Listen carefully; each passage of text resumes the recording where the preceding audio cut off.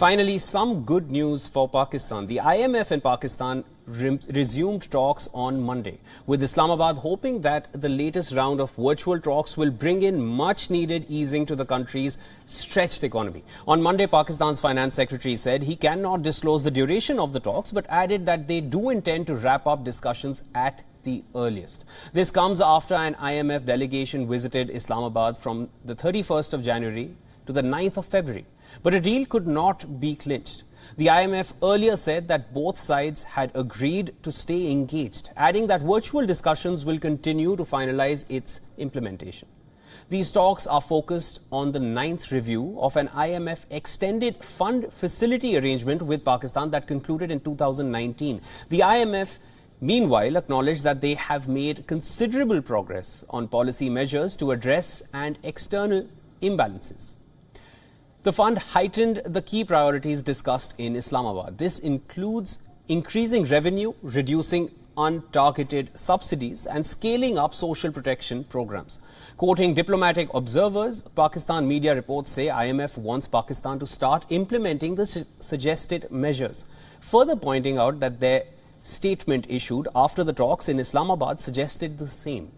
The IMF statement released earlier said the timely and decisive implementation of these policies, along with resolute financial support from official partners, are critical for Pakistan to successfully regain macroeconomic stability and advance its sustainable development.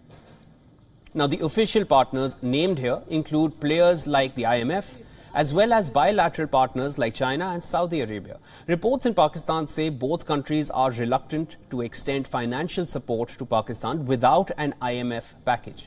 Diplomatic sources meanwhile say, and I'm quoting here, the IMF is adamant, no deal without implementation. Meanwhile, former Federal Board of Revenue Chairman said that Pakistan has no choice other than IMF and that stakeholders need to be on board.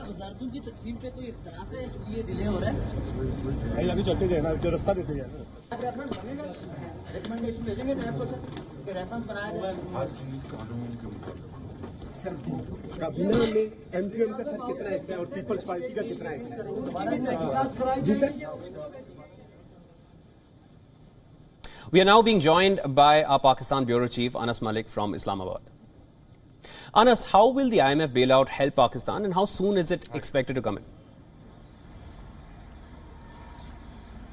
Well, how will it help? It's because that the country's reserves have been depleting. The economic condition is bad, rather really bad. The reserves are down by about 2.9 billion. That is an all-time low. It's beyond the mental barrier of $3 billion that it was supposed to hold. So this injection will give some sort of a strength to the economy, and then only the bilateral donors or partners or friends of Pakistan will come along, because everything is now dependent on the IMF. On the second part of your question, Shivan, how soon is it expected? Well, it all depends on on the negotiations that are currently ongoing. You said that in the read as well. It is reported in today's Dawn, citing Reuters, that the virtual talks are currently ongoing between Pakistan and the IMF.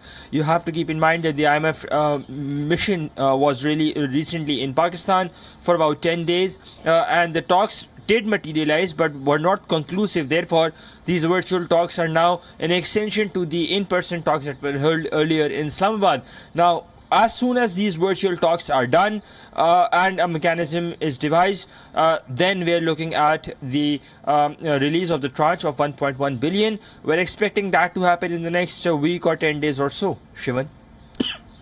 Hopefully help coming in soon for Pakistan. Thank you for all those updates, Anas.